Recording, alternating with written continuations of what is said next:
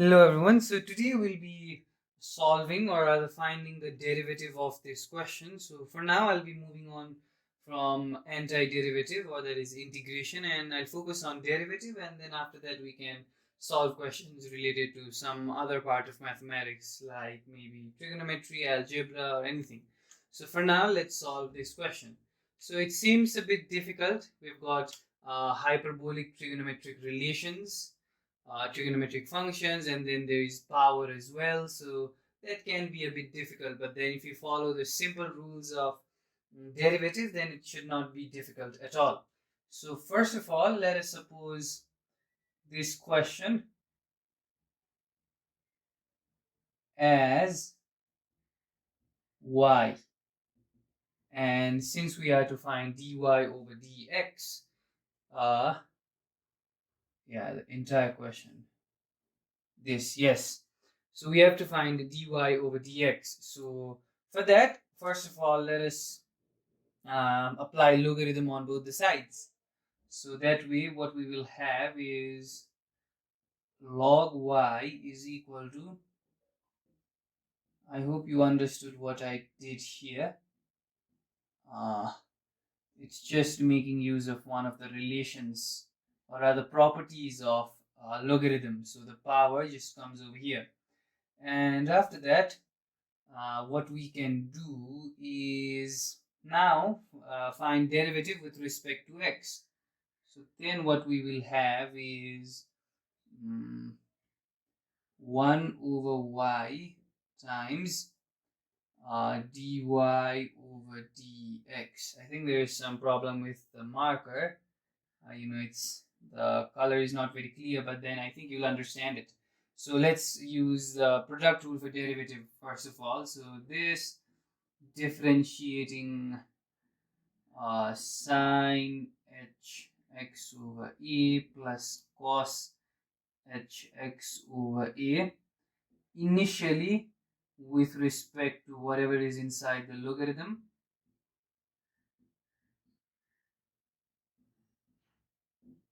then it multiplies, and then derivative of this thing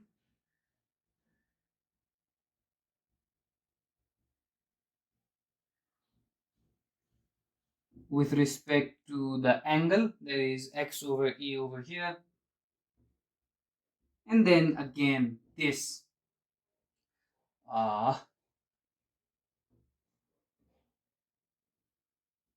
yep. So this thing's derivative, this is a multiplied sign, I'm continuing over here. So derivative of that term with respect to x, and then the other part plus. So now this term will be kind of a spectator, and then differentiating nx with respect to x, isn't it? Yes, it is. So one thing you have to remember is n over here is considered as a constant. So yeah, and after this what we can do is, now it's pretty simple, not very difficult. Maybe one more step after this. So after this what we will have is 1 over sine hx over a plus cos hx over a. Let's have that multiplied by, so if first let's divide it, so something like this. So when this term is differentiated with respect to this, we get cos hx over a, and when this term is differentiated with respect to that, we get sine hx over a.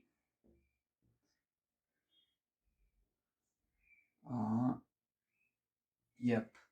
And after that, the derivative of this term would be 1 over a, and then this term remains as it is.